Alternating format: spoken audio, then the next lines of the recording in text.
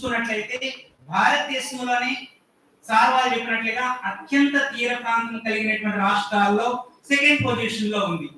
అంటే అత్యంత తీరరేఖ పొడవు భారతదేశంలో గుజరాత్ ఫస్ట్ ప్లేస్ లో ఉంటే మనది 974 కిలోమీటర్స్ లెంత్ పొడవుతో ఇది విస్తరించబడి ఉంది. అదే విధంగా చూసుకున్నట్లయితే 33,247 స్క్వేర్ కిలోమీటర్స్ విస్తీర్ణంలో ఉంది. అలాగే ఈ తీరరేఖ వెడల్పు చూసుకున్నట్లయితే దాదాపుగా 33 కిలోమీటర్స్ వరకు ఉందండి. అంటే విశాలమైనటువంటి తీరరేఖ ఆంధ్రప్రదేశ్ కలిగి ఉంది. అందువలన ఫిషరీస్ సెక్టార్ ఏదైతే ఉందో దీన్ని బాగా డెవలప్ చేసుకోవడానికి ఆంధ్రప్రదేశ్ లో మంచి అవకాశాలు ఉన్నాయని మనం చెప్పడంలో ఎటువంటి సందేహం ఉండదు. అయితే ఇలాంటి రిసోర్స్ ఉండడం వలన ప్రధానంగా చూసుకున్నట్లయితే ఆంధ్రప్రదేశ్ లో 357 ఫిషరీ ల్యాండింగ్ సెంటర్స్ ఉన్నాయండి. అలాగే 555 మెరైన్ ఫిషింగ్ విలేజెస్ ఉన్నాయి. అలాగే 65 మండల్స్ లో ఇది విస్తరించబడింది. అలాగే టోటల్ గా దీని మీద ఆధారపడేటటువంటి ఫిషరీ మెన్ ని చూసుకున్నట్లయితే 30,19,566 పర్సన్స్ ఉన్నారండి. అయితే ప్రొడక్షన్ యొక్క విధానం ఎలా ఉంది ఆంధ్రప్రదేశ్ లో ఫిషరీస్ మెరైన్ ఫిషరీ ప్రొడక్షన్ ఇక చూసుకున్నట్లయితే మనకి Andhra Pradesh is second rank or ranked in second among the 5 east coastal states and 6th among the Indian's 10 marine states. అంటే భారతదేశం మొత్తమే చూసుకున్నట్లయితే 6th పొజిషన్ ఉంది మొత్తం దీంట్లో. కానీ తూర్పు తీరాన్ని ఉండేటటువంటి రాష్ట్రాల్లో మనదేమో సెకండ్ పొజిషన్ లో ఉందండి. అయితే ట్రెండ్స్ ఎలా ఉన్నది అంటే ప్రొడక్షన్ లో వచ్చేటటువంటి ట్రెండ్స్ నేను స్టడీ చేసేటటువంటి లేదా నేను గ్యాదర్ చేసేటటువంటి ఇన్ఫర్మేషన్ బట్టి 2004-2005 నుంచి 2018-2019 నాటికి వచ్చేటటువంటి మార్పులు అండి. సో 2004-2007-5 అని మనం చూసుకున్నట్లయితే మొత్తం production in turns 1,08,15 tons and in 2004 and 5 that is increased to 2018 and 19 7,325 tons కి పెరిగింది. అదే వాల్యూలో కూడా చూసుకున్నట్లయితే ఆ పెరుగుదల కనిపిస్తుంది. అయితే పర్సెంటేజ్ లో చూసుకున్నట్లయితే అది ప్రొడక్షన్ ఇన్ టన్స్ లో ప్రొడక్షన్ లో చూసుకున్నట్లయితే దాదాపుగా 280% గ్రోత్ రేట్ కలిగి ఉందండి. 280 అంటే చాలా ఎక్కువ పెరుగుదలని కలిగి ఉంది. అలాగే వాల్యూలో చూసుకున్నట్లయితే ఇన్ రూపీస్ లో కానీ చూసుకున్నట్లయితే అది 295% లో పెరుగుదలని కలిగి ఉంది. సో ఈ విధంగా చూసుకుంటే ప్రొడక్షన్ లో భారతదేశంలో ఆంధ్రప్రదేశ్ మంచి ర్యాంక్ లో ఉంది. మంచిగానే ఆదాయం కూడా జనరేట్ చేయడం జరుగుతూ ఉంది. సో ఎక్స్పోర్ట్స్ కానీ చూసుకున్నట్లయితే సార్ వాళ్ళు చెప్పారు ఎక్స్పోర్ట్స్ లో కూడా ఆంధ్రప్రదేశ్ చాలా మంచి పొజిషన్ లో ఉంది అని. కాబట్టి ఇక్కడ మెరైన్ ప్రొడక్ట్స్ ఏవైతే ఎక్స్పోర్ట్ చేస్తున్నామో ఇండియా నుంచి ఇతర దేశాలకి అది మన భారతదేశం యొక్క మొత్తం ఆదాయంలో 5.9% ఆదాయాన్ని పొందడం జరుగుతూ ఉందండి దీని నుంచి. సో ఈ విధంగా ఎక్స్పోర్ట్స్ కానీ లేకపోతే ట్రెండ్స్ కానీ ఇన్కమ్ కానీ చూసుకున్నట్లయితే ఆంధ్రప్రదేశ్ మంచి పొజిషన్ లో ఉంది. అయితే ఇలా కలిగి ఉండేటటువంటి ఈ ఆంధ్రప్రదేశ్ యొక్క డేటా కానీ చూసుకున్నట్లయితే దాని ప్రకారంగా ఈ సెక్టార్ అనేటటువంటి చాలా ప్రాధాన్యతను కలిగి ఉంది అనేటటువంటిలో ఎటువంటి సందేహం ఉండదు. సో ఎందుకు ప్రాధాన్యత ఉంది, వాట్ ఈస్ ద సిగ్నిఫికెంట్ అంటే ద ఫస్ట్ వన్ ఏంటంటే చెప్పుకోవచ్చు ఎకనామిక్ కంట్రిబ్యూషన్. అంటే Andhra Pradesh fisheries contribute 10% of the total fish and ship production of India. అంటే భారతదేశం యొక్క చేపలు మరియు రొయ్యల ఉత్పత్తిలో ఆంధ్రప్రదేశ్ దాదాపుగా 10% ఇన్కమ్ ని కలిగి ఉంటుందండి ఫిషరీ సెక్టార్. అదే కానీ మొత్తం జీడిపిలో కానీ చూసుకుంటే భారతదేశం యొక్క జీడిపిలో కానీ చూసుకున్నట్లయితే ఆంధ్రప్రదేశ్ జీడిపి ఈ ఫిషరీ అంటే ఆంధ్రప్రదేశ్ యొక్క జీడిపి ఫర్ ఎగ్జాంపుల్ 77,588 crores కానీ ఉన్నట్లయితే ఓన్లీ ఫిషరీ సెక్టార్ నుంచి 9,86,611 crores అనేటటువంటి వస్తుంది అండి. అంటే ఆంధ్రప్రదేశ్ యొక్క మొత్తం జీడిపిలో ఈ ఫిషరీ సెక్టార్ నుంచి వచ్చేటటువంటి ఆదాయము 7.86% గా నమోదైందండి. అంటే దాదాపుగా 10% ఆదాయము ఆంధ్రప్రదేశ్ ఆదాయంలో ఫిషరీ సెక్టార్ నుంచి రావడం జరుగుతూ ఉంది. కాబట్టి దాని విధిగా చూసుకున్నట్లయితే అత్యంత ప్రాధాన్యత కలిగినటువంటి సెక్టార్ గా చెప్పుకోవచ్చు. Next employment generation. Employment generation అంటే మనం చెప్పుకుంటున్నాం, చాలా మంది దీని మీద ఆధారపడుతున్నారు, ప్రత్యక్షంగా కానీ పరోక్షంగా కానీ ఎంప్లాయ్మెంట్ ఆపర్చునిటీస్ అనేటటువంటి కల్పించబడుతుంది అని మనం చెప్తున్నాం. అయితే ఇక్కడ 14.5 lakhs people directly or indirectly depend on this sector అండి. అంటే ఆంధ్రప్రదేశ్ వరకు చూసుకున్నట్లయితే this sector providing employment opportunity to nearly 14.5 lakhs people directly and indirectly. ఇందా చెప్పుకున్న ఎంతమంది, ఎన్ని విలేజ్లు, ఎన్ని మండలాలు అనేది చెప్పుకున్నాం కాబట్టి చాలా ఎక్కువ ప్రాధాన్యత కలిగి ఉందని చెప్పవచ్చు. అలాగే ఫుడ్ సెక్యూరిటీ అండి. ఫుడ్ సెక్యూరిటీలో కూడా మెరైన్ సెక్టార్ అనేటటువంటిది అత్యంత ప్రాధాన్యత కలిగి ఉంది. అంటే ఇక్కడ మనం చాలా మంది ప్రజలు veg and non veg combination లో ఉంటారు. అంటే వెజ్ తింటారు, కొంతమంది నాన్ వెజ్ తింటారు. వెజ్ వాళ్ళని పక్కన పెట్టండి, నాన్ వెజ్ ఎవరైతే తింటున్నారో ఈ నాన్ వెజ్ తినేటటువంటి వాళ్ళలో మటన్ కానీ, చికెన్ కానీ, ఫిష్ కానీ తీసుకునేటప్పుడు అత్యధిక ప్రోటీన్స్ కలిగేటటువంటి ఆహారంగా ఫిష్, ఇవి చేపలు ఏవైతే ఉన్నాయో వీటిని చెప్పుకోవడం జరుగుతుంది.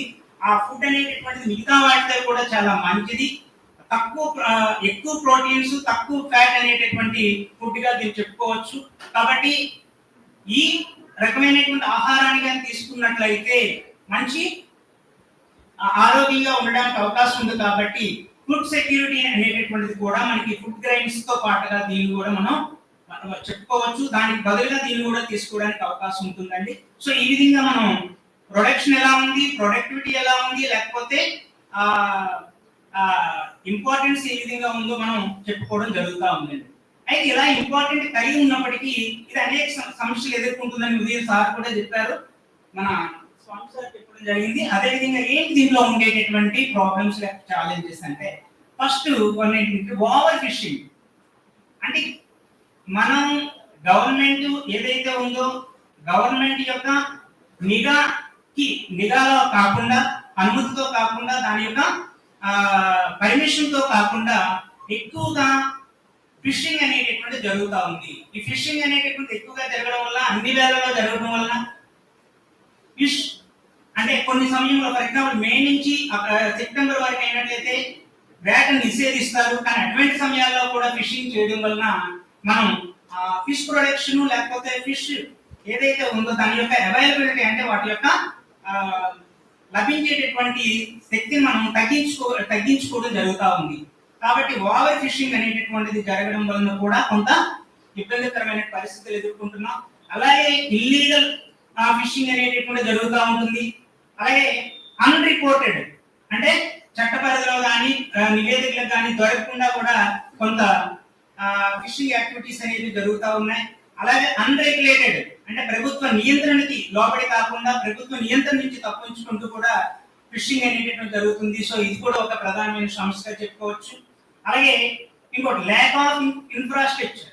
అంటే ఈ ఫిషింగ్ చేయడానికి కానీ, వాటిని నిల్వ చేసుకోవడానికి కానీ, అంటే స్టోర్ చేసుకోవడానికి కానీ, వాటిని ఎక్స్పోర్ట్ చేసుకోవడానికి కానీ కావలసినటువంటి ఫెసిలిటీస్ ఈ రోజు కూడా ఆంధ్రప్రదేశ్ లో చాలా తక్కువగా ఉన్నాయని చెప్పుకోవచ్చు. లేదా వెనుకబడి ఉందని చెప్పడంలో ఎటువంటి అతిశయోక్తి ఉండదండి. ల్యాండింగ్ సెంటర్స్ కానీ, కోల్డ్ స్టోరేజ్ ఫెసిలిటీస్ కానీ, లేదా ప్రాసెసింగ్ యూనిట్స్ కానీ, ఇటువంటివన్నీ కూడా ఆంధ్రప్రదేశ్ లో తగినంత స్థాయిలో ఈ రోజు కూడా లేవనేటటువంటిది ఒక ప్రధానమైనటువంటి సమస్యగా చెప్పుకోవచ్చండి.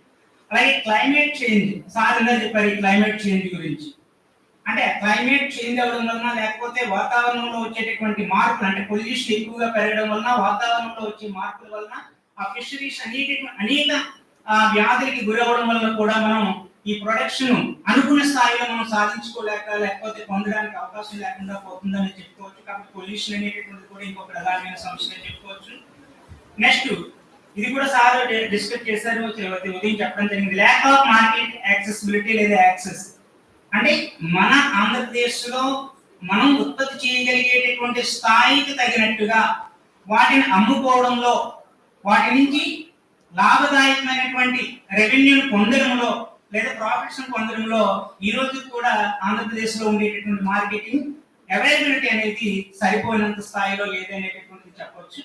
సో ఇలా ఈ విధంగా ఉంది. అలాగే ఆపర్చునిటీస్ కూడా ఉన్నాయని చెప్పుకుంటున్నాం. ఏంటి ఆపర్చునిటీస్ అంటే ఎక్వాకల్చర్ ఎక్స్పాన్షన్, అంటే ఇంకా పెంచుకోవడానికి ఈ చేపల ఉత్పత్తులు కానీ రొయ్యల ఉత్పత్తులు కానీ ఏవైతే ఉన్నాయో పెంచుకోవడానికి చాలా అవకాశం ఉంది.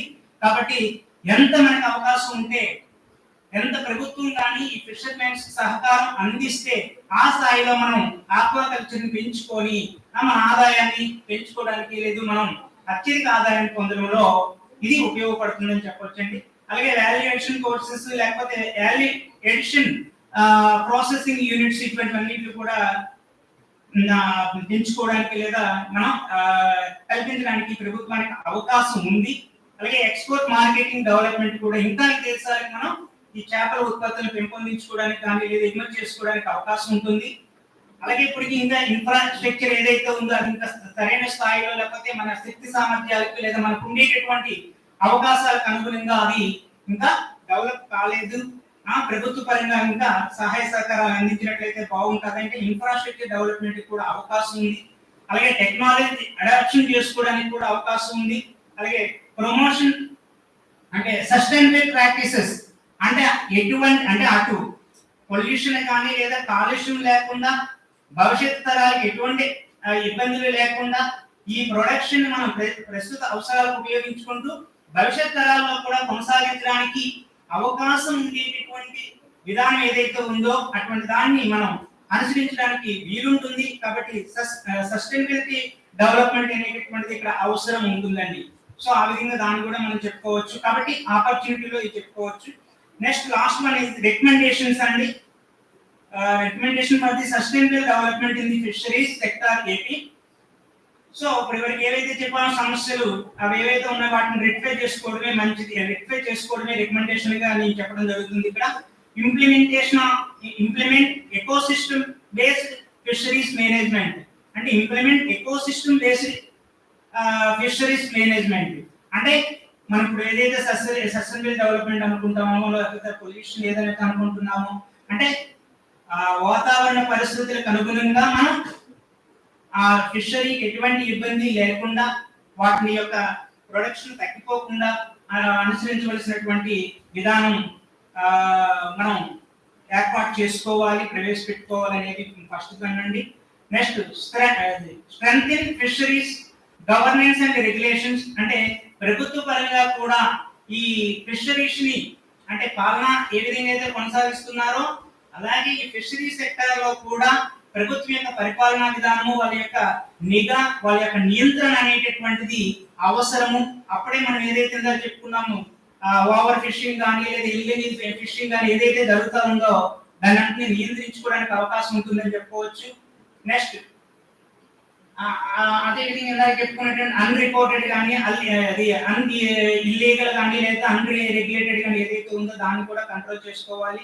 అలాగే ప్రమోట్ సస్టైనబుల్ ఆక్వాకల్చర్ ప్రాక్టీసెస్ అనేది చెప్పుకున్నాం.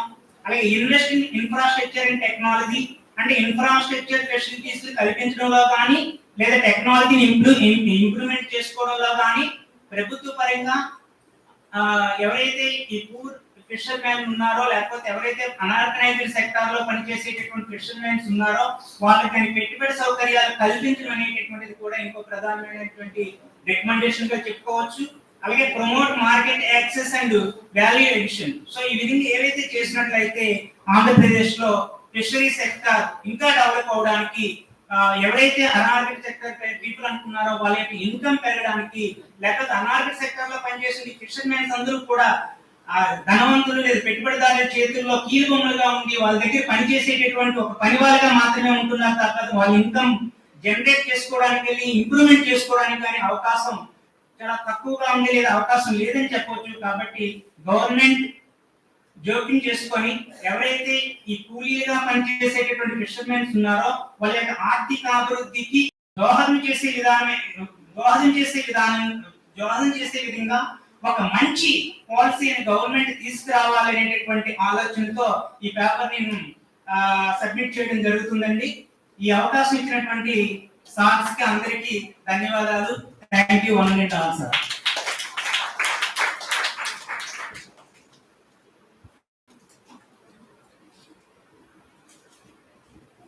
Thank you, Narayana Garu, for a nice presentation regarding in India. There is an increasing uh, marine fisheries and their development, and Visakhapatnam play a very important role in marine exports, and marine processing drones are developing the growth center of Visakhapatnam, Kakinada, and Krishnapatnam ports are encouraging the marine exports. Marine exports need further development in the areas, and we explained the creation of employment, increasing production and productivity, and exports of the marine products. Now the state economy is still depending upon the marine exports also in different ways. Now I request uh, Surya Prakash Rao, Surya Prakash Rao, Surya Prakash Rao, a study on lifestyle of fishermen in Andhra Pradesh, Visakhapatnam district. Dr. C.S. Surya Prakash Nagar.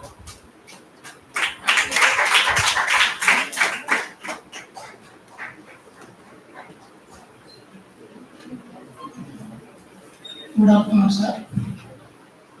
Good afternoon to the chairperson, Mr. and dignitaries on the dais, and particularly to Professor Kodeshwara, Secretary APA, and my colleagues and their students friends. So I submitted an abstract to this seminar.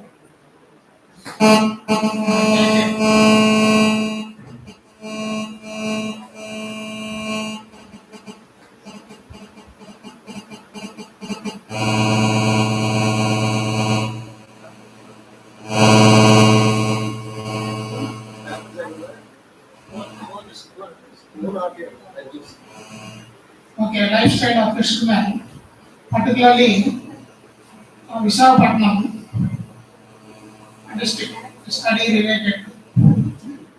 So, because Visakhapatnam is a major port, my study based upon the collection of primary data.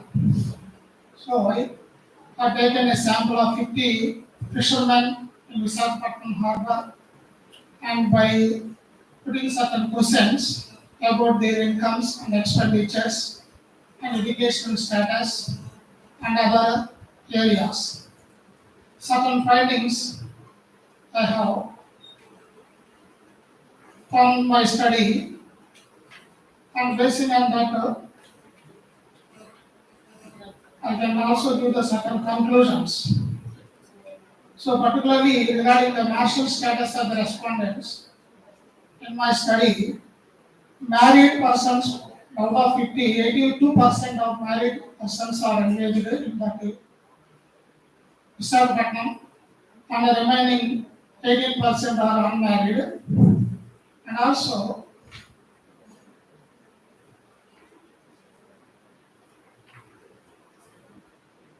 yes,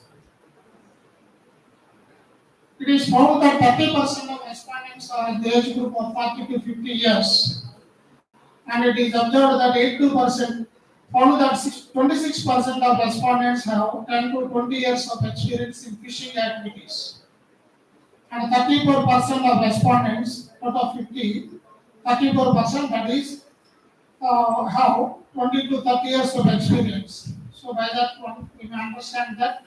So from parents' side onwards, that means the forefathers are also engaged in the fishing activity. It is also found that 78% of respondents have white ration card in my survey, and 22% respondents have no ration cards at all. Because of that, because of literacy, they are failed to avoid the ration card facility also. Their annual income from normal boards is 1 lakh to 2 lakhs rupees, and the annual income of mechanical boards, that is 10 lakhs to 15 lakhs rupees they are earning. And 54% of respondents are their own boards, remaining 46% of respondents have no boards. And it is also found that 56% of respondents, yes, July, June months are suitable for fishing. It is observed that 100% respondents are expressed their salt is sustainable for fish growing in Visakhapatnam. They are using a salt for preserving the fishes. It is also observed that 36% of respondents, that is 2,000 to 3,000 rupees, they are spending fishing equipment. That means from their earnings.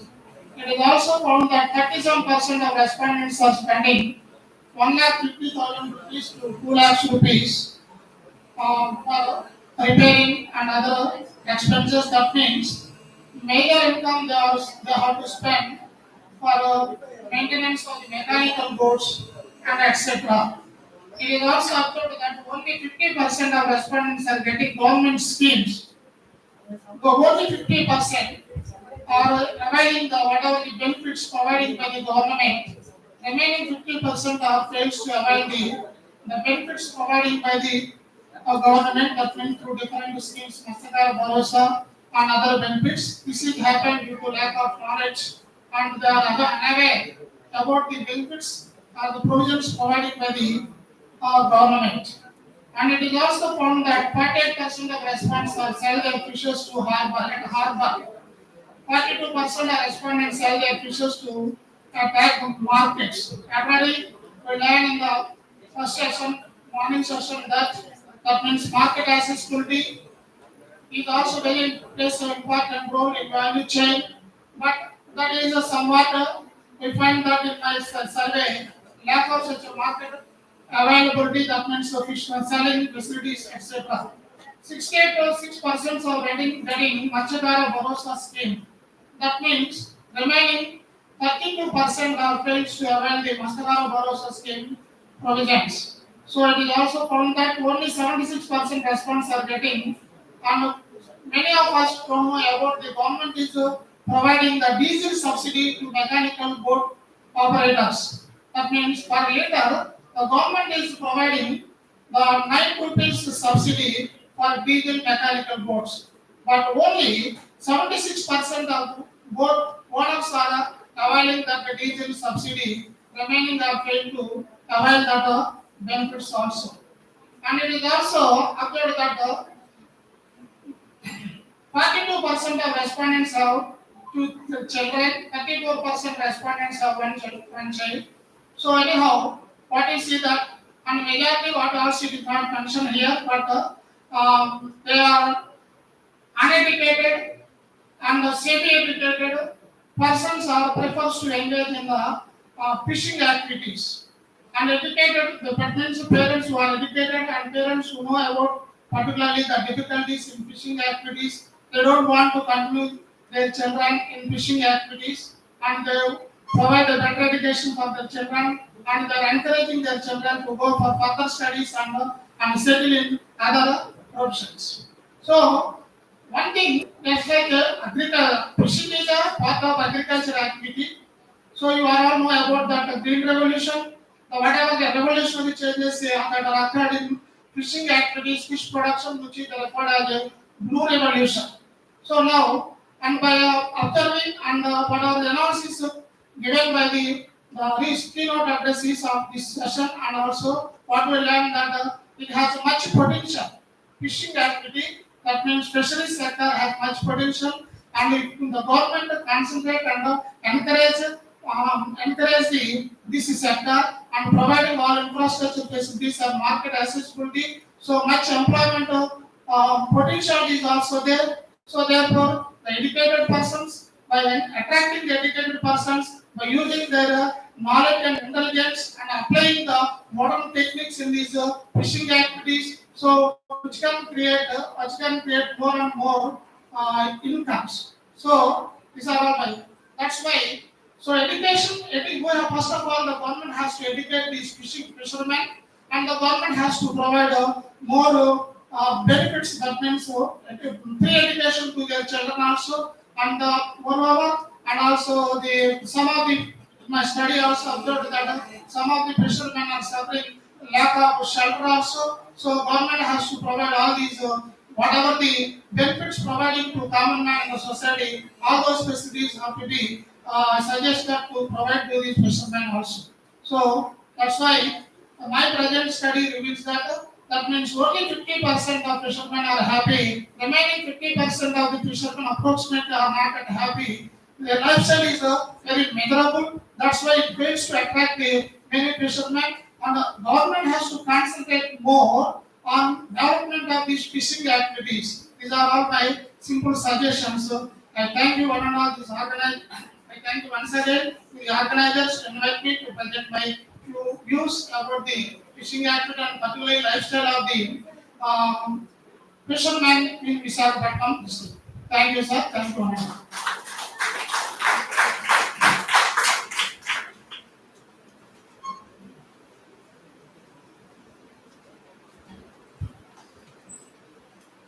Thank you very much, Surya Prakash Rao. The main problem of here, fishermen playing a very important role in the socio-economic conditions. Particularly, government are not taking account the socio-economic conditions, the lives and livelihoods of the people are still, even though 25 years of independence, we are not reached the unreached of the fishermen because they are away from the developmental activities because they are still they are staying in a sea coast only, but they are not coming up to the other places. Sea coast away from the towns, away from the development. These are the major reasons. One of the major is they are not getting a credit facilities. Still, they are depending upon the money lenders and exploitation by the middleman, and they are not gaining income. Income generation is not done by the women flow particularly. Here, the only education is the only sufficient to develop, educate the, as rightly said by the Prakash Garu, regarding the educate the people. Then only the awareness, educate the awareness will come, then only their lives will develop and socio-economic conditions of the fishermen will improve. Yeah. Now I request Professor M. Kotisara Garu will address the fishermen problems and fisheries development in Andhra Pradesh, in India, and in world. Now I welcome sir.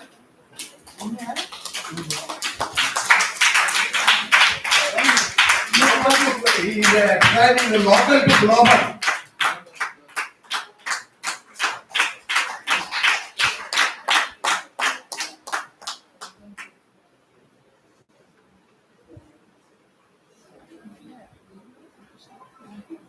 Respected chair and other dignitaries, gas and all your gas and all gas.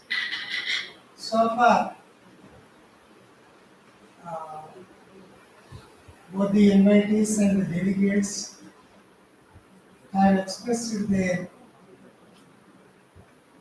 views on the development of fisheries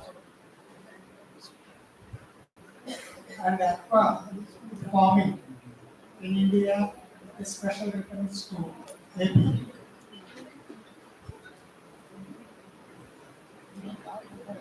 As we observe, it is common to repeat the areas which we are supposed to talk about on any topic as we have experienced it here too. But to review the research and the development that has taken place in the area of economics of fisheries at the and at the national and for that matter at the micro level, at the village level. We can broadly identify certain types of studies that have undertaken so far in the last so many decades. in the discipline of not only economics but in the social sciences. In my perception, I have broadly identified certain major areas of research that has gone so far, and the areas still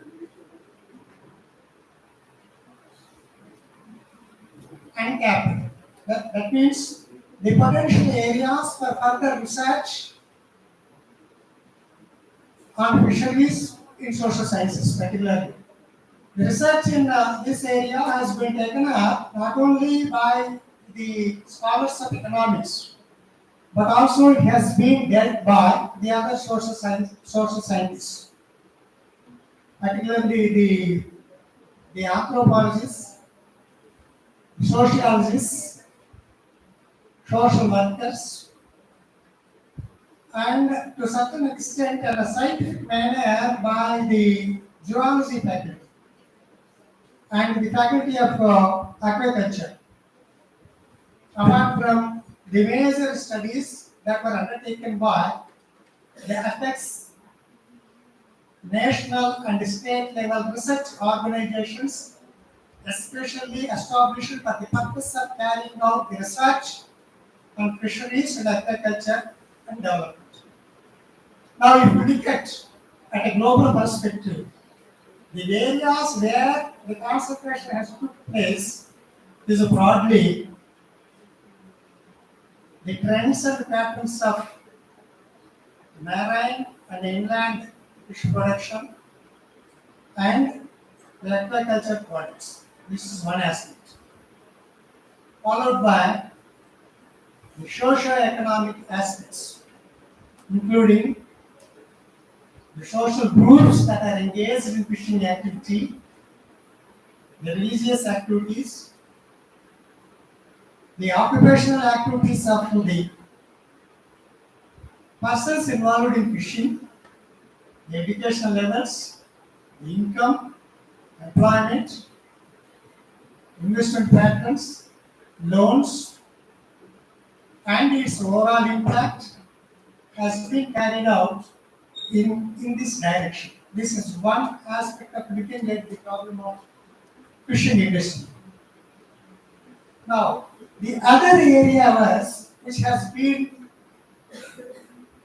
extensively worked out by both the social scientists and the faculty of sciences, is the environmental aspects, the biodiversity, the impact of the environment on the fishing industry.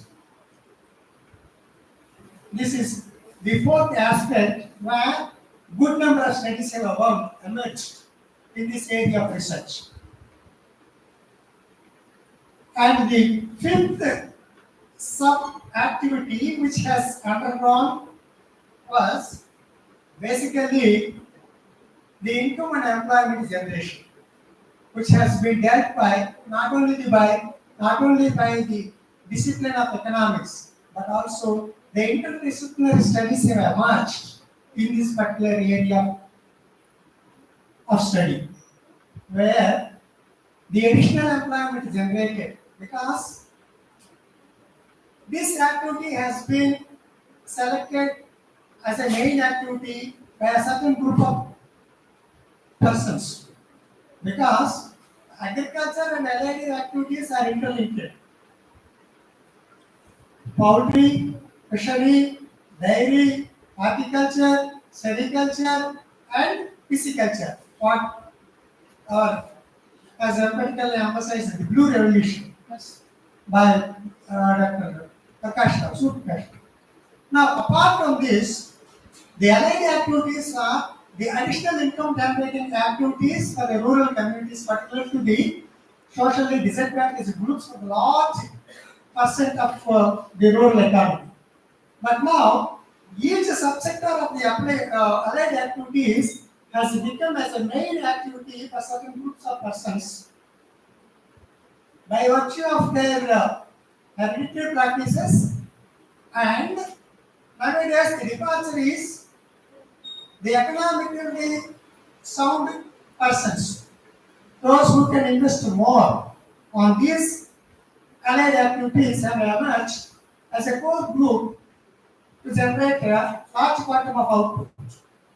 So in this context, there is a great need to emphasize this particular aspect, which I have identified it as a fourth important aspect for taking up research, particularly the income and the employment generation. That is the fifth activity. Now the fourth activity is also highlighted by some of our speakers. Professor Swamiji has rightly pointed out the development of infrastructural aspects, particularly the marketing, storage, landing centers, processing centers, and others. Now, if you look at the availability of these facilities at a national level, though we have long coastline, roughly 1,000 kilometers coastline, the availability of fishing infrastructure is inadequate. I will just give you very few statistics. Only 5-6 statistics speak about the inadequate availability of infrastructure available in the state of Andhra Pradesh. Though it is gratifying to know that AP government has identified that it is a potential activity, fishing is a potential activity, and it will also be declared as an important center for one thing, aquaculture hub of the world. This is the declaration of the government of Andhra Pradesh. Capital of the world, aquaculture, capital of the world is declared. AP is declared as the aquaculture capital of the world. That is one. And the other one is the marine processing hub of the country. So keeping in these two statements as a part of the major policy of the government of India, that is Sagarmala project, initiatives have been taken to develop required infrastructure for coastal Andhra Pradesh. But the existing status speaks about Dr. Narayan Rao. He also identified some of the aspects. That is, apart from roughly 1,975 kilometers of coastline, the availability of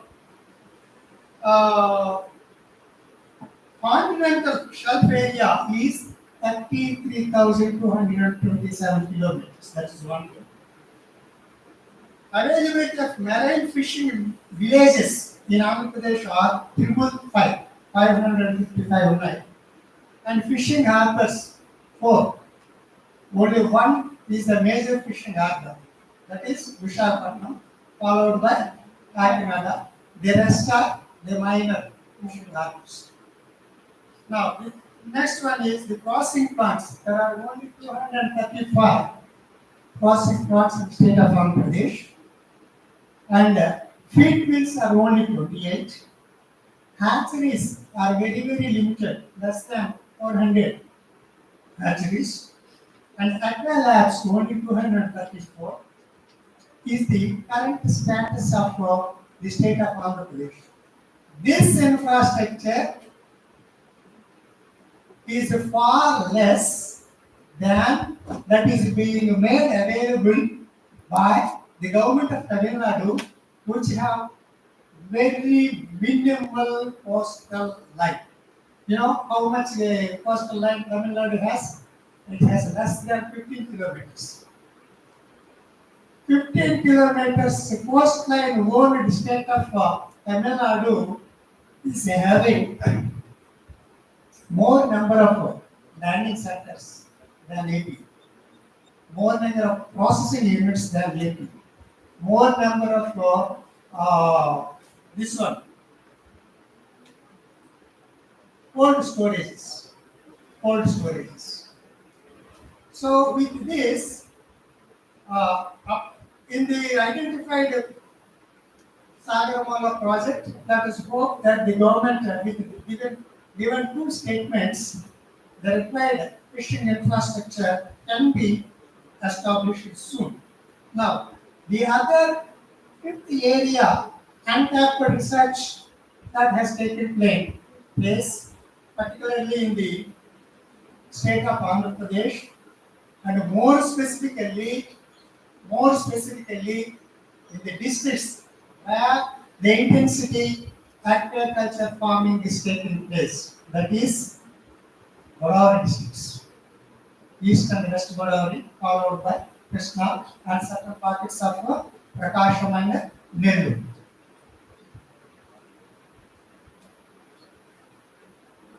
Then, the another most important area which was untapped by the researchers is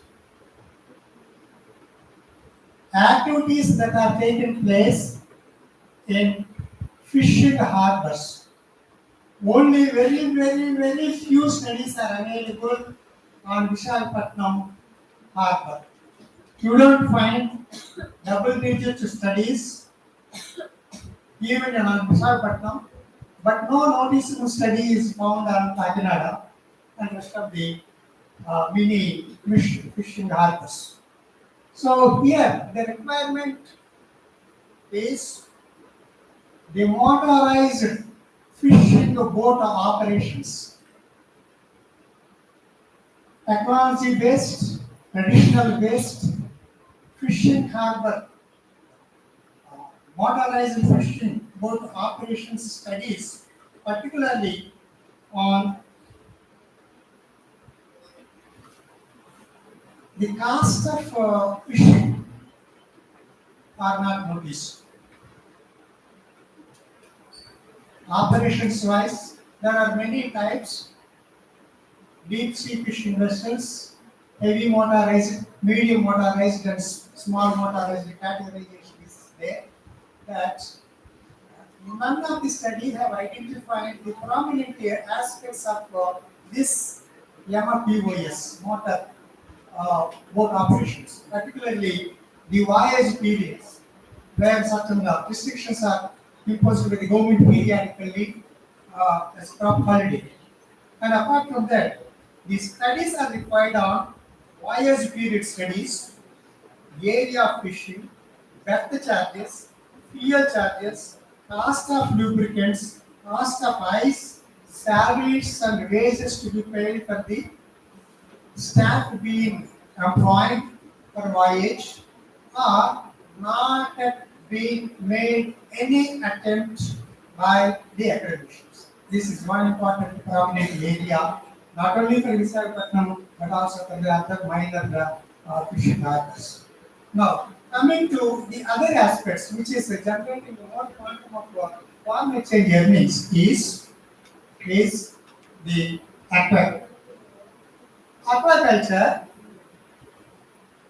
Some of our friends have pointed out that only the fishing community are being employed in these aqua farms as a daily wage workers or some contract workers being paid some parties some, and the profits are being swallowed and enjoyed by the owner who can invest large quantum of investment on these aquaculture farms.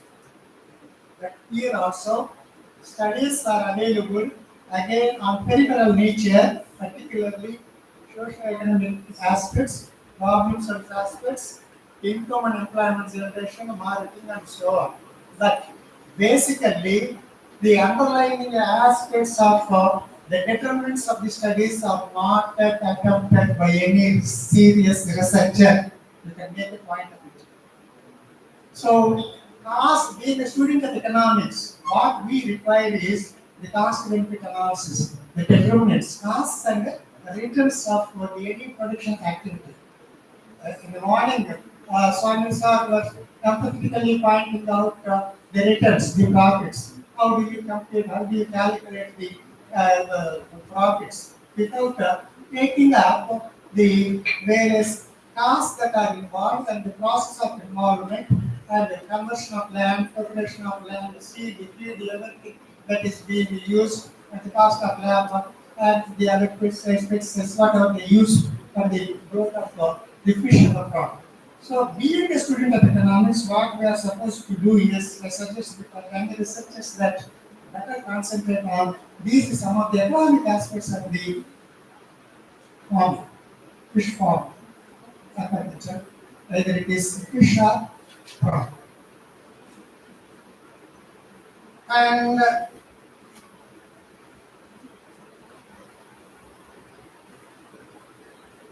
there are, I have come across certain studies, particularly in the Godavari district, where the, the costs and returns are also being computed based on the diversification of the activity. When the land is converted from traditional farming to this commercial farming for a period of 10 years, what is the income that has been generated in the fish farm with a comparison to the non-conversion traditional agricultural farmings with diversified crops. That could also help us to tap the untapped potential resources for further growth of the fisheries and aquaculture. These are the identified research gaps of the researchers who can positively take up for the future research studies. Because I have not dealt with what others, it will not automatically repeats whatever we speak about the natural process of the growth, transfer, performance, conservation, and the employment and other things that will repeat. But this is the area where one has to concentrate and identify the required area to carry out further research. Thank you very much.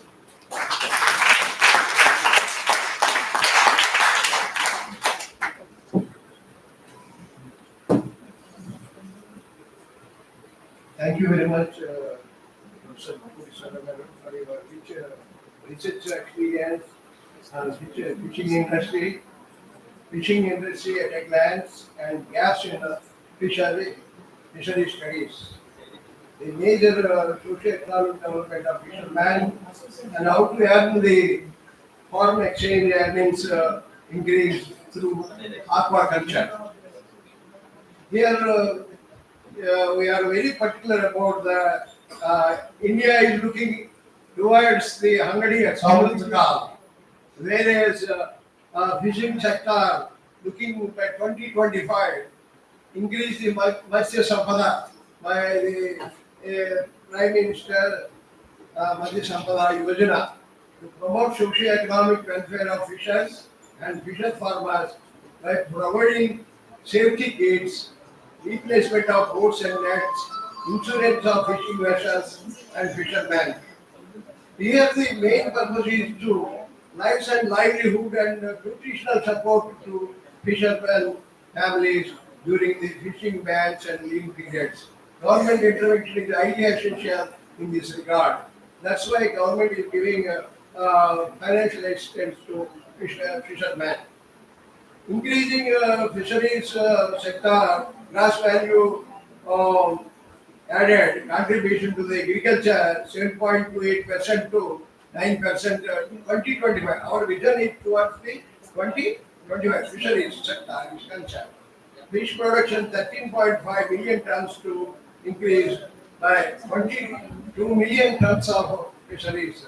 Here in India, the marine fisheries increasing, area under the marine fisheries decreasing, whereas inland fisheries increasing as some rise in industries. Inland fishing increasing and compared to the marine fishing. Doubling export earnings 46,589 crores to 1 lakh crores by 2025. Decrease the post-harvest losses from 25% to 10%. Generation of 15 lakh direct employment opportunities to the fishing sector.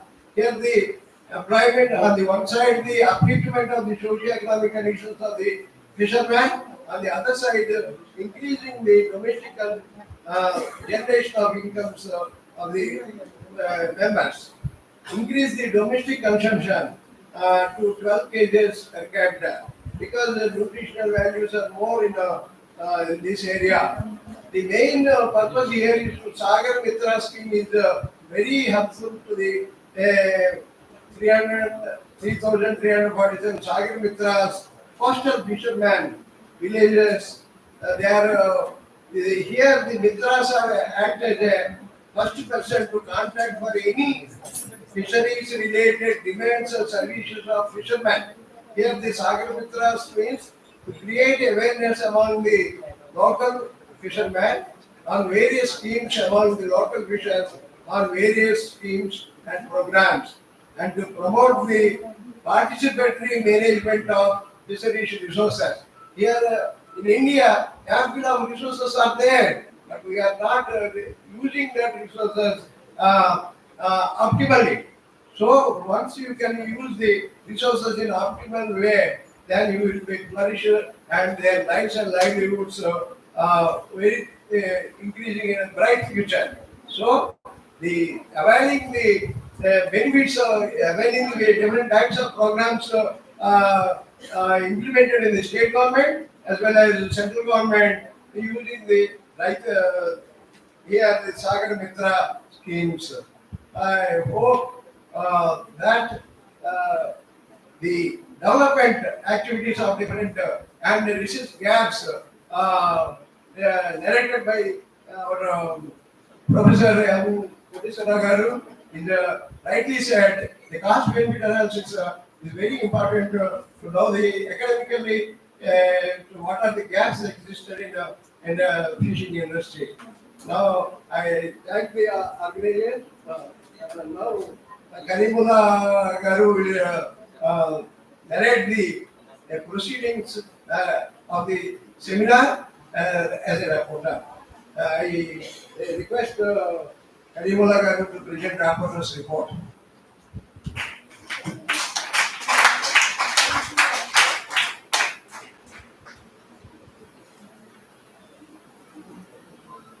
Thank you very much, Professor chairman of this technical sessions. So in the first technical session in the afternoon sessions, the total in 4 presenters, the papers are presented in including myself. So that my paper is that the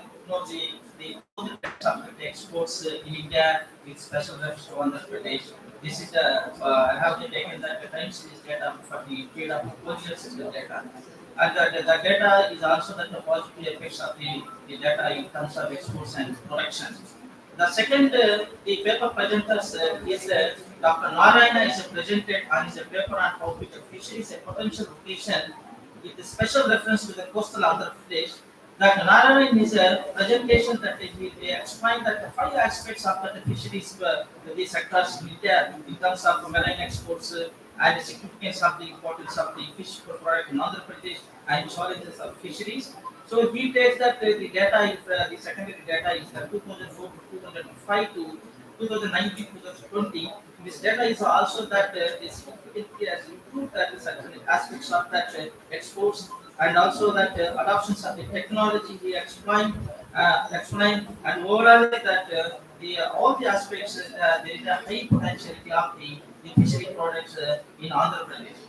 And Dr. C.H. Surya Prakash Rao is third presenter. He is present a paper on his study of the lifestyle of the fisherman, a case study of the Visakhapatnam in Andhra Pradesh. He purely take the primary data. With the primary data based on he is collected the information from the fisherman in Visakhapatnam. He analyzes the fisheries, the in terms of the socio-economic conditions and also the lifestyles of the living standard. So in his observation in his entire study of this paper, the majority of the respondents that their income is spending on the different the mechanical repairs and expenditures, diesel subsidies, and respondents and also that has stressed the important scheme is Macha Thara that is also more impact for the fishery communities. And also that in his paper he has pointed out that the fishermen highly the impact of education is one of the factors for the influencing of the fishery communities, the potential, the activity.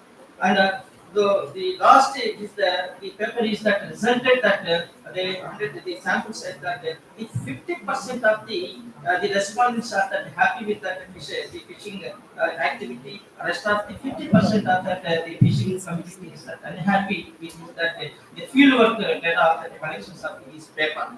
And the last paper is presented by the Professor M. Koteswara sir.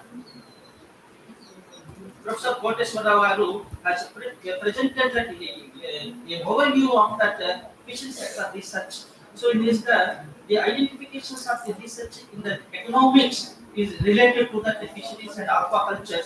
So is the identifying the work so very gaps in that coming the research in that area. It is a really wonderful start to identifications of the certain areas where it has the lagging behind that area. So those areas will be focused for the research for the development of fisheries.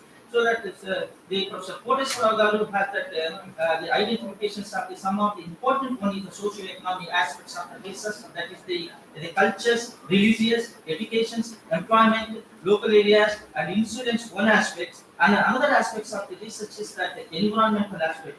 Because in the sustainable development of that the growing tendency, one side is growth, another side is protecting the environment. So both the balancing in this aspect so that Professor Koteswara has explained that interdisciplinary of research is also very important involved not only economics, other disciplines also that is a part of the doing the research in that areas income.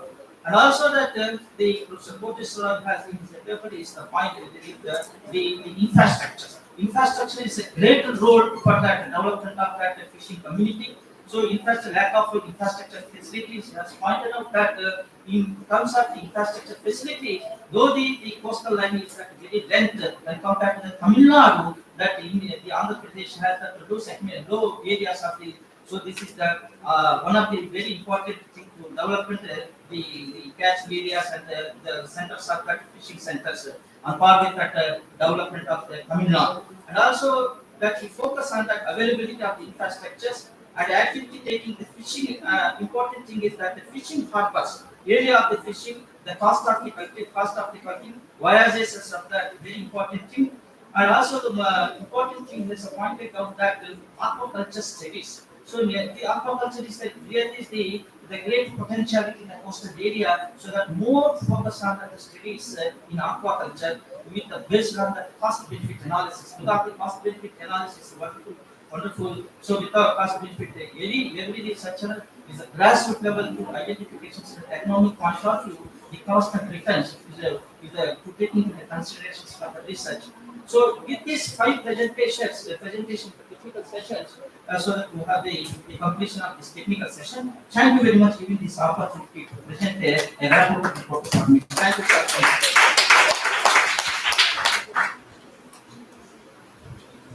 Now, on the from the economic side, I particularly thank the principal of the college, Dr. Kumar Ali Madam, and Dr. Organizing Secretary, Dr. Dev Kumar Garu, Dr. Rajlakshmi Garu, and other faculty members for providing the opportunity to associate this IP Economic Association to organize this one-day conference in this good campus. I also thank the scholars and the faculty who are working in different colleges, the faculty of this college, student friends, other invitees for making this event as great success. Thank you.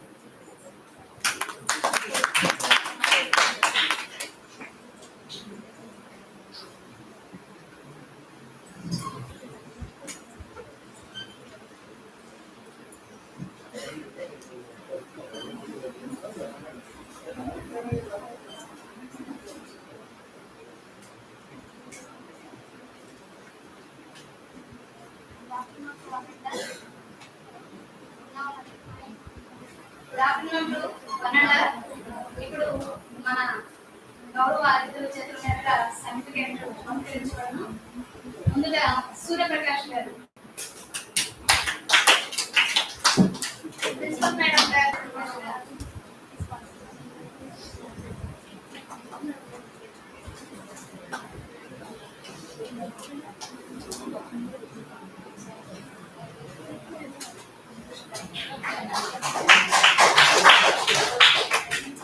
Narayana Rao గారు,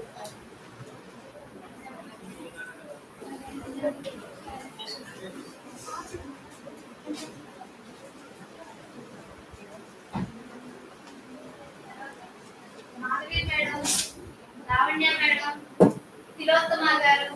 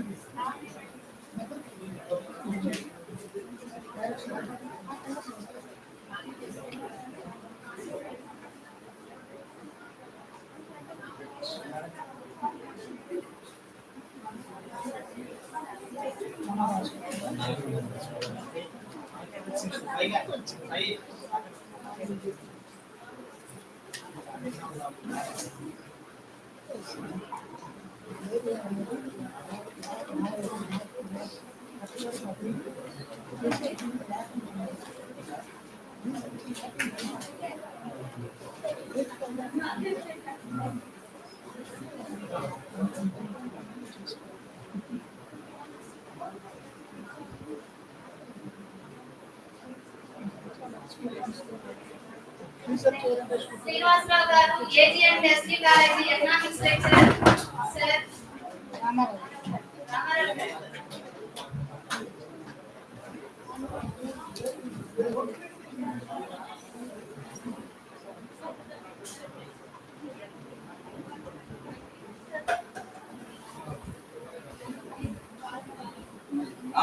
please come out there.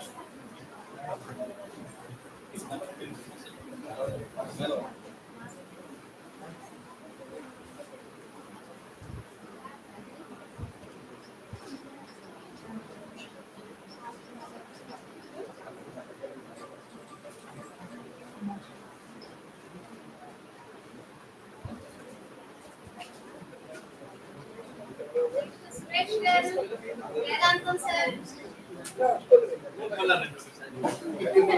Karimulla sir,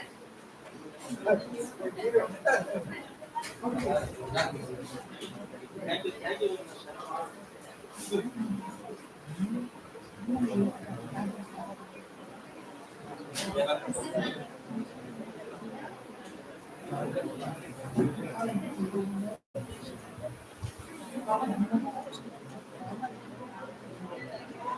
Srinivas గారు వచ్చారా? శ్రీనివాస్ గారు,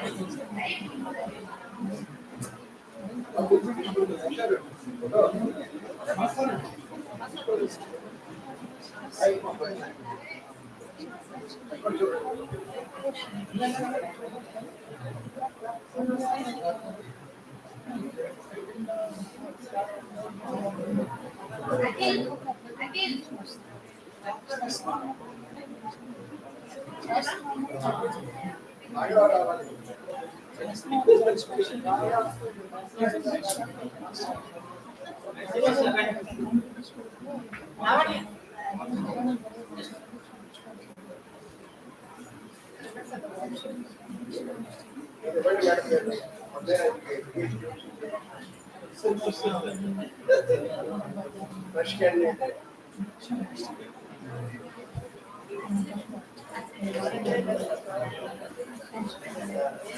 Rajalakshmi madam,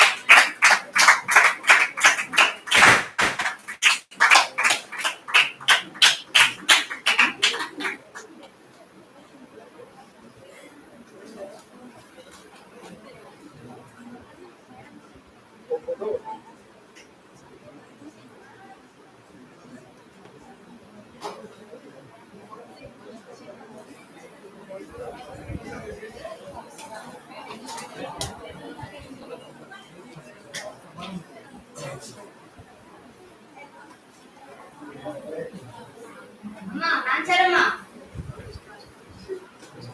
Dinesh ఒకసారి రమ్మా.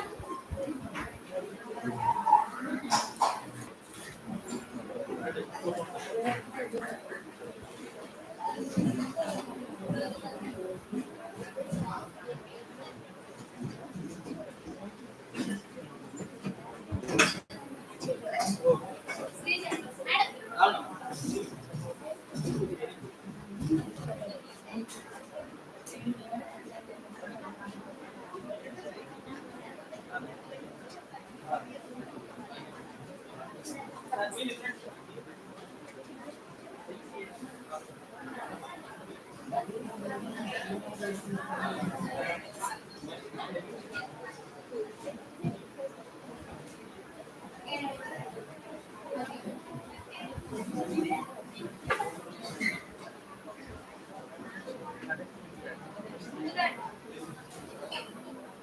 ముందుగా మన ఆహ్వానాన్ని మన్నించి సుదూర ప్రాంతం నుంచి వచ్చి విద్యార్థులకి ఈ సదస్సుపై అవగాహన కల్పించినందుకు టిఎల్ఎన్ స్వామి గారిని చిరు సత్కారంతో సన్మానించుకోవడానికి అందరూ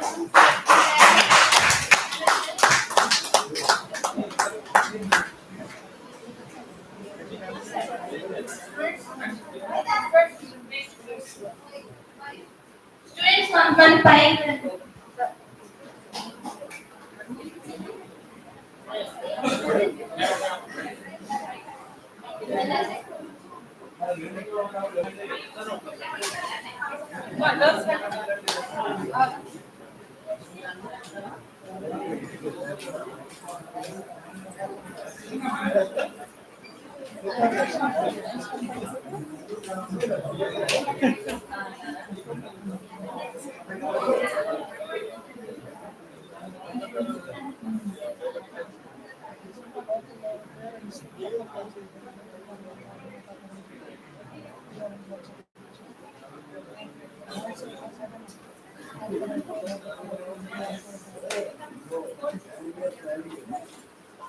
ప్రొఫెసర్ కోటేశ్వరరావు గారిని కూడా ఈ చిరు సత్కారాన్ని స్వీకరించవలసిందిగా కోరుతున్నాం.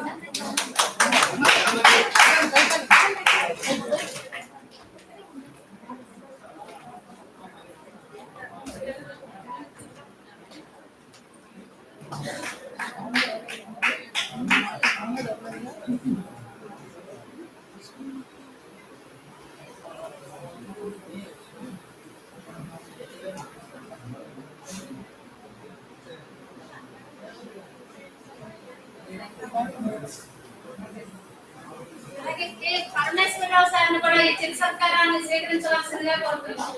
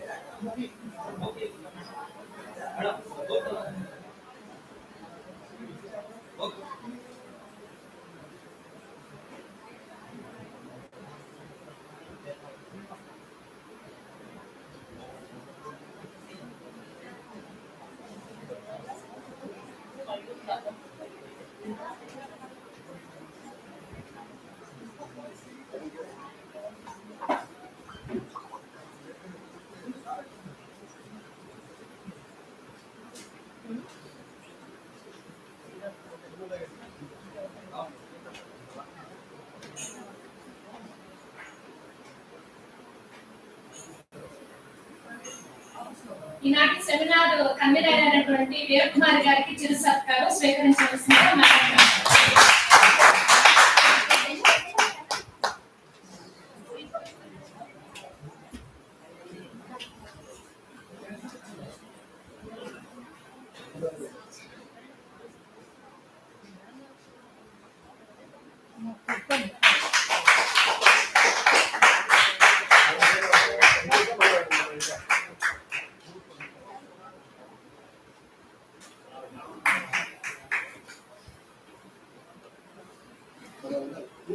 అమ్మ కూర్చోండి, మీరు రండి బయట, మరి బయట రండి. అక్కడ నుంచి వచ్చి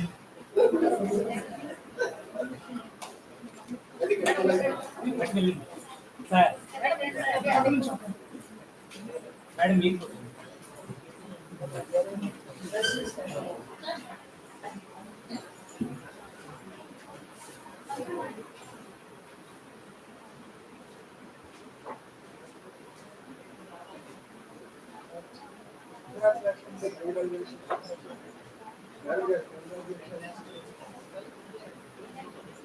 నెక్స్ట్ ప్రిన్సిపల్ మేడం గారు కూడా మన సరస్వతి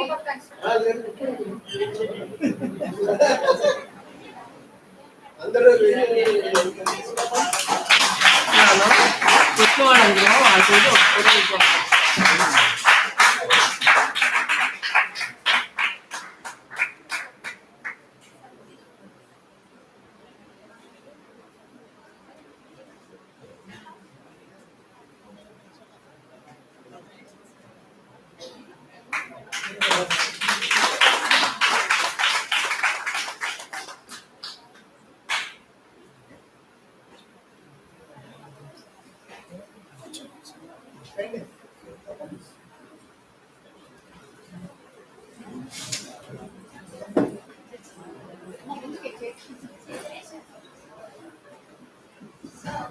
కార్యక్రమం చివరి దశకు చేరుతూ ఉంది.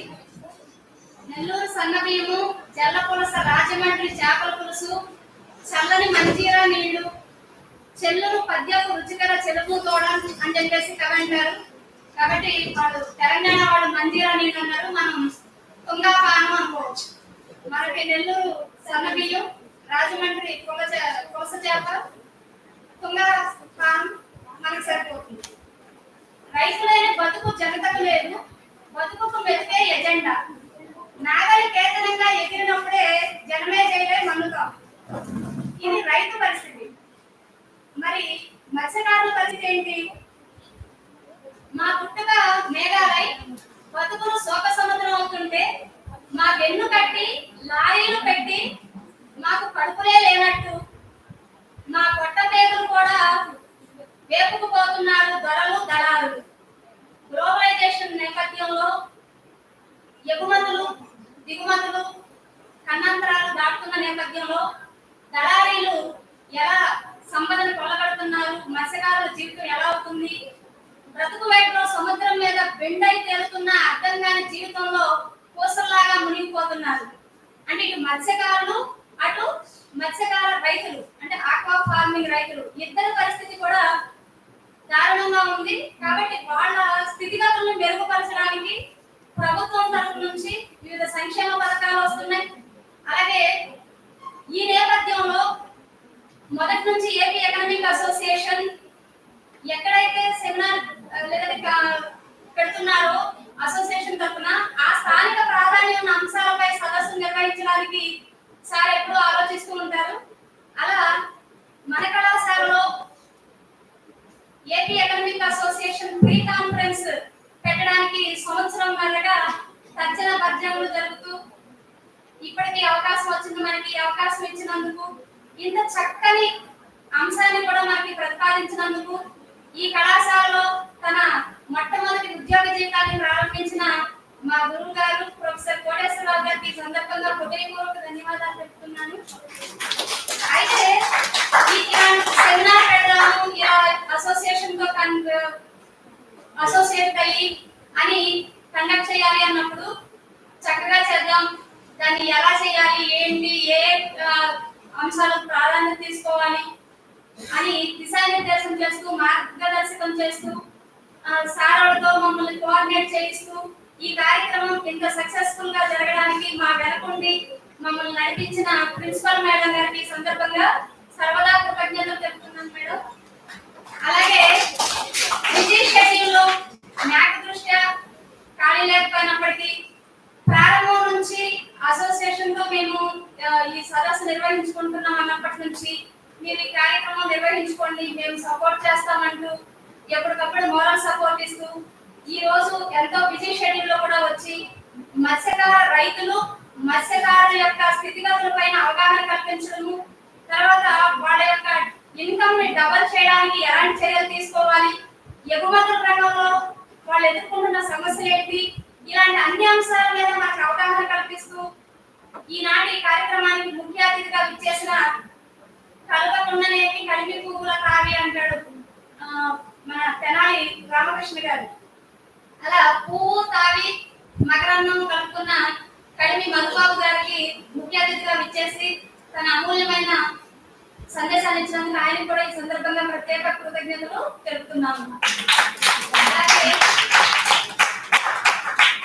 పొద్దున్న నుంచి మనం ఇక్కడ ఇంత సమయాన్ని తెచ్చేస్తున్నాం ఈ రోజు నుంచి, కానీ మనం ఈ రోజే ఈ ప్రయాణం మొదలు పెట్టాం ఇక్కడ కూర్చోడానికి. కానీ 3 రోజుల నుంచి సుదూర ప్రాంతం నుంచి ప్రయాణించి వచ్చి హైదరాబాద్ నుంచి మొన్న నైట్ బయలుదేరి నిన్న పొద్దున్న చేరుకుని నిన్నంతా మళ్ళీ ప్రయాణంలో ఉండి ఈ రోజు పొద్దున్న మళ్ళీ ఎంతో ఉత్సాహంగా వచ్చి మనందరినీ బ్లెస్ చేస్తూ ఈ మత్స్యకారుల యొక్క అంశాలపైన అనేక అంశాలపైన మనకి అవగాహన కల్పించారు తన కీలకోపన్యాసంలో. ముఖ్యంగా సార్ ఆక్వాపోనిక్స్ వ్యవసాయ రంగంలో రైతుల ఆదాయాన్ని డబల్ చేయడం ఎలా అనే అంతర్ పంటలు ఇప్పుడు మామూలుగా రైతులందరికీ తెలుసు. మనకి అరటి పంటలో, పసుపు పంట, కొబ్బరి తోటలో, తమలపాకుల తోటలు వేయడం, ఈ అంతర్ పంటల గురించి మనకు తెలుసు. కానీ చేపల చెరువుల్ని మొక్కలు రెండింటిని సైమల్టేనియస్ గా చేస్తూ ఆక్వాపోనిక్స్ ద్వారా రైతులు అలాగే మత్స్యకారులు యొక్క సమస్యల్ని కొంత తగ్గించుకోవడానికి వాళ్ళు ఎదుర్కొంటున్న సవాళ్ళు ఏంటి, వాటిని ఎలా మనం సమూలంగా తగ్గించుకోవచ్చు, తర్వాత వచ్చేసి వీళ్ళకి ఎలాంటి సౌకర్యాలు, ముఖ్యంగా అవస్థాపన సౌకర్యాలు ఏం కావాలి, అలాగే మత్స్య సంపద యోజన పథకం, వీటన్నిటి గురించి చెప్తూ ఎక్కడ రీసెర్చ్ గ్యాప్ ఉంది, ఎక్కడ రీసెర్చ్ జరగాల్సిన అవసరం ఉంది అనే అంశాల మీద దృష్టి సారించేలాగా చేస్తూ మన అందరినీ ఎంతో ఎన్లైటన్ చేసిన టిఎల్ఎన్ స్వామి గారికి ఈ సందర్భంగా నేను ప్రత్యేక కృతజ్ఞతలు తెలుపుతున్నాను సార్. అలాగే టెక్నికల్ సెషన్ కి అధ్యక్షత వహిస్తూ ఆకర్షణీయంగా మన సభను రంజింపజేశారు పరమేశ్వరరావు సార్. ఎలా అంటే అసలు చేపల పరిశ్రమలో ఇప్పటి వరకు చేపలంటే కంప అని అసలు దాన్ని ఏమంటారు స్పాంటేనియస్ గా డైవర్ట్ చేస్తూ చేపల పంపు కాదు చాలా ఇంపు, ఆర్థికంగా ఇంపు ఉండాలి మనం అంటే బాహ్య సౌందర్యం కాదు అంత సౌందర్యం అని. అలాగా చేపలు పాఠ్యంగా పంపు పడతాయి, కానీ వాటిని అందిపుచ్చుకుంటే చాలా ఇంపుగా మన భవిష్యత్తును తీర్చిదిద్దుకోవచ్చు. ముఖ్యంగా యువతి కాడ ఉద్యోగాల కోసం వెళుతుంది, అందరికీ ఉద్యోగాలు కల్పించడం ప్రభుత్వానికి పెద్ద టాస్క్. ఈ నేపథ్యంలో ఎవరి కాళ్ళ మీద వాళ్ళు నిలబడాల్సిన అవసరం ఉంది. ముఖ్యంగా మత్స్య రంగంలో మనల్ని మనం ఎలా ఎగ్జిక్యూట్ చేసుకోవచ్చు, ఎన్ని రకాల భవిష్యత్ అవకాశాలు ఉన్నాయి ఈ రంగంలో అనేది, ఉద్యోగ అవకాశాలు కూడా మనకి మనమే క్రియేట్ చేసుకునేలా ఈ రంగంలో ఎలా ఉన్నాయో చెప్తూ పరమేశ్వరరావు గారు ఈ సభని రంజింపజేశారని కోరుతూ ఆయన కూడా ఈ సందర్భంగా ప్రత్యేక కృతజ్ఞతలు తెలుపుతున్నాను సార్. అలాగే ఇక మన కళాశాల కుటుంబంలో అందరూ అన్ని విభాగాల వాళ్ళు గత వారం రోజుల నుంచి వెన్నుదన్నుగా ఉండి ఈ కార్యక్రమాన్ని ఇంత సక్సెస్ఫుల్ గా చేశారు. ముఖ్యంగా టెక్నికల్ సెక్షన్ నుండి కంప్యూటర్ ఫ్యాకల్టీ సునీలు, తర్వాత పావని, దయాకర్, ముఖ్యంగా సార్ మా సార్ మీద డిజైన్ చేసింది మా స్టూడెంట్స్ సార్. వాళ్ళందరికీ ఈ సందర్భంగా నేను ప్రత్యేక కృతజ్ఞతలు తెలుపుతున్నాను. తర్వాత వచ్చేసి ఫుడ్ అండ్ హాస్పిటాలిటీ విభాగం పొద్దున్న నుంచి టైంకి దాహం అవగానే మంచినీళ్ళు, ఆకలి అవగానే అన్నం, కొంచెం ఏదో డైవర్ట్ అవుతున్నాం స్నాక్స్, అంటే అమ్మలాగా ఆదరణ చూపిన ఫుడ్ అండ్ హాస్పిటాలిటీ విభాగం వారికి, విద్యార్థులకి, వాళ్ళకి అందరికీ కూడా నేను హృదయపూర్వక కృతజ్ఞతలు పెడుతున్నాను. తర్వాత వచ్చేసి స్టేజ్ డెకరేషన్, ముఖ్యంగా ఈ స్టేజ్ డెకరేషన్ విషయంలో పార్క్ దగ్గర నుంచి, లావణ్య మేడం గారి దగ్గర నుంచి, హిస్టరీ మేడం గారి దగ్గర నుంచి మార్నింగ్ 6 గంటలకే వచ్చేసి అటు ఇటు కూడా డెకరేషన్ లో భాగస్వామ్యం వహించిన విద్యార్థులకి, అధ్యాపకులందరికీ పేరు పేరున కృతజ్ఞతలు తెలుపుతున్నాను. ఇంకా సర్టిఫికెట్స్ తీసుకురావడం విషయమేమి, తర్వాత బుక్స్ ప్రింటింగ్ విషయమేమి, ఈ విషయంలో రవిబాబు సార్, స్వర్ణజ్యోతి మేడం గారు చాలా సహాయం చేశారు. వాళ్ళకి ఈ సందర్భంగా నేను కృతజ్ఞతలు తెలుపుతున్నాను సార్. అలాగే ఇంకా ఈ కార్యక్రమానికి తెర ముందు తెర వెనుకలాగా ఎంతో మంది కృషి చేశారు. ఇలాంటి ఒక కార్యక్రమాన్ని ఏర్పాటు చేయడానికి తెర వెనకాల టెక్నీషియన్స్ లాగా సినిమా రంగంలో వెనకాల చాలా మంది ఉంటారు, మనకు ముందు ఆర్టిస్టులే కనపడతారు లాగా. ఈ సెమినార్ కోఆర్డినేటర్ నేను ఉన్నాను, కానీ నేను ఓన్లీ యాక్టర్. అంటే మొత్తం 24 విభాగాల సినిమా వెనకాల పనిచేసినట్టు కళాశాలలో అందరూ ఈ కార్యక్రమంలో తమ వంతు కృషి చేసి నాకు సహాయ సహకారం ఉన్నందుకు అందరికీ పేరు పేరున నేను ఎవరైనా మర్చిపోయి ఉండొచ్చు. అందరికీ సరదా కృతజ్ఞతలు చెప్తున్నాను. అధ్యాపకేతర సిబ్బంది, విద్యార్థులు అందరికీ కృతజ్ఞతలు చెప్తున్నాను. అలాగే సెమినార్ పేపర్లు పంపించడంలో చాలా తక్కువ సమయంలో సెమినార్ పేపర్లు పంపించడమే కాదు, సుదూర ప్రాంతాల నుంచి మా ఆహ్వానాన్ని మన్నించి చేసిన డెలిగేట్స్ అందరికీ ముఖ్యంగా హృదయపూర్వక కృతజ్ఞతలు తెలుపుతున్నాను సార్. చాలా దూరం భారం రాలేము అనుకుండా వచ్చి మీ సమయాన్ని ఇక్కడ వెచ్చించినందుకు అందరికీ సరదా కృతజ్ఞతలు తెలుపుతున్నాను సార్. ఇంతతో ఈ కార్యక్రమం కూడా తెలిసి వచ్చింది. నేషనల్ యాంథమ్ కార్యక్రమాన్ని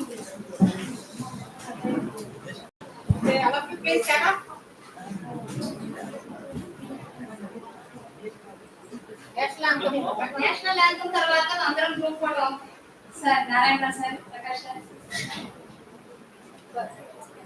అందరూ కలిసి